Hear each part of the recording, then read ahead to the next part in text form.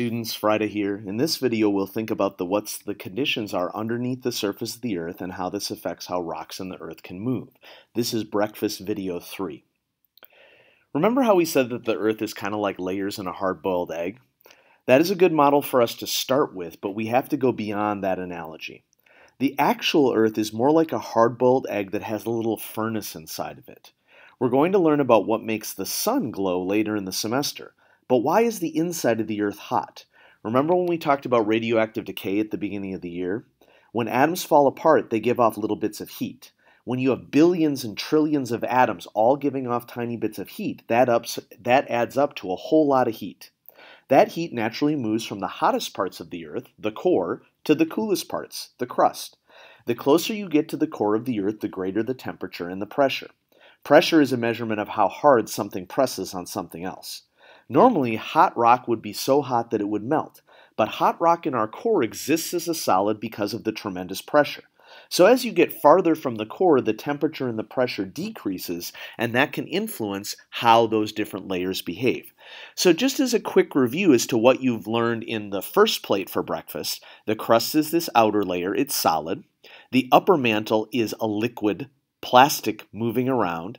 The lower mantle is a liquid but much thicker. The outer core is a magnetized liquid layer that moves around and produces our magnetic field, and the inner core is a solid composed largely of iron that is radioactively decaying, producing that heat. So to sum up the overall changes in the earth from core to crust, as the other way actually, from crust to core, as you get towards the center of the earth, the pressure gets bigger and it gets hotter because of radioactive decay. So as it gets hotter, it can melt rock, and we have to nail down some of the vocabulary that we use to describe these different types of rock. And I have a small little graphic organizer here that can help you to see the difference. A big picture term that we have for rock that is melted is molten rock. And then we can divide molten rock into two different categories depending upon where it is. Lava is molten rock on the surface. Liquid hot magma, Mr. Powers, is molten rock that is underneath the surface. And so depending upon where on the earth we're talking about this molten rock, we use different terms to define where it is. Now, this slide summarizes some of the key aspects of this video, and we'll maybe come back to it at the end, but there's no better way to show what's going on in the inside of the earth with a moving diagram that can help us to understand it. So I'm going to exit out of this slide and go to a moving diagram that we can use here that is online to help us to understand the inside of the earth. What are we looking at here? This diagram shows the earth, but it's important that we understand what the different parts are. Here's our source of heat, the core of the earth, represented by this yellow circle. This portion here that is red, that has the circular arrows, is representing the mantle, but especially representing the asthenosphere, the part of the mantle that can move around. These green lines near the top of the diagram here represent the crust of the earth. And when we combine all these things together, this animation will be a short preview for our second meal of the day, lunch, which will happen in our next 80-minute section. So we're gradually adding and adding pieces to this puzzle of how the earth changes over time. Now, when I play this diagram, we're going to see liquid rock in the interior of the earth, that magma moving. Why does it do that? Well, we have to go back to what you learned about density in middle school. Density is a concept in science that describes how much stuff you have crammed into a certain space. A good analogy that could help you to think about it is when your parent or guardian asks you to take out the trash. I don't want to take out the trash, you say in your brain, and so you got a trick up your sleeve, right? The trash can is filled up with loose trash, and if you stamp it down farther into the trash can, there's still room to put garbage in and you don't have to take the trash out anymore. And that is an issue of changing the density of the trash. You have a certain amount of stuff in that trash can which represents a certain space. You're changing the density of the trash when you stamp it down. You're taking that same amount of stuff and cramming it into a smaller space. That changes the density from a lower density to a higher density. In other words, density is a measurement of how compact something is. Now, density also interacts with the pull of gravity, one of our 4 fundamental forces. Folks, this is why we start the year with gravity, because so much of what we learn for the remainder of the year is it's important to understand the law of gravity in order to understand what is happening. The law of gravity applies to melted rocks just as much as it applies to other objects like a trash can. However, what's important here is that the liquid nature of this rock in combination with gravity can result in some very interesting motions. When you heat up something, that heating causes the molecules inside it to wiggle more, and when they wiggle more when they're hotter, they tend to spread out.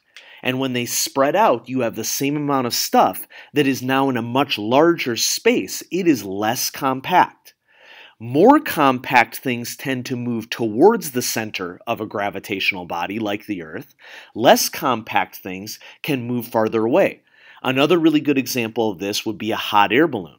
The reason why a hot air balloon rises up into the atmosphere is that when you heat the air that is inside the envelope of the balloon, that makes the air spread out and become less compact, and the less compact air, the hot air in the hot air balloon, will rise in our atmosphere, and other air around it will sink below it. So the principle here is that when something is more dense as a liquid or a gas, it will sink. When something is less dense as a liquid or a gas, it will float. And that is exactly what is happening inside the interior of the Earth as that liquid rock is influenced by different amounts of heat. It's really hot down here near where the core is due to that radioactive decay. It is significantly less hot near the surface where the crust is, because as you get farther from the center of the Earth, that source of heat to the outside, the heat is decreasing and decreasing and decreasing and decreasing. So liquid rocks inside the mantle are different densities depending upon how close they are to that source of heat. The rocks nearest the core are much less dense because they are heated and more spread out. Since those rocks are less dense, they will tend to float to the surface of the mantle. Now, when they get there, it's not as hot, and so they gradually start to cool down. And as they cool down, they become more compact, more connected together because the atoms within them are not wiggling as much, and they sink back towards the core. In other words, this creates this cycling pattern within the mantle of the Earth. You can also see this in water boiling on a stove. I know that your favorite thing in the world is to watch water boiling on the stove. I can't think of anything more exciting either. When you watch water boiling on the stove, like let's say you go home today and you make the Kraft mac and cheese, you got to boil water to cook the macaroni, right? When you boil that water, you're going to notice water near the center of the pan will be rising and bubbling towards the surface. The center of the pan is where most of the heat is concentrated from the burner on the stove. As it reaches the surface, it starts to cool down, and on the outer parts of the pan, it will sink down towards the outer layers, and this process will repeat. We call this cycling of a liquid or a gas due to differences in heat convection. That's why it says convection currents on this diagram. Convection refers to movement of a gas or a liquid. Gases and liquids are both called fluids. Current refers to the fact that one of these fluids is moving from one place to another, just like currents in an ocean or currents in a stream. And so combine these two words together, convection currents, we're talking about the movement of a fluid, a liquid, or a gas underneath the surface of the Earth. Hotter liquid rock rises to the surface because it is less dense. Cooler liquid rock sinks back down because it is more dense. And now I'm finally going to hit play on the animation. I hit play. Look at those moving arrows. The rock is cycling underneath the surface of the Earth. And that's not the only thing that's happening here.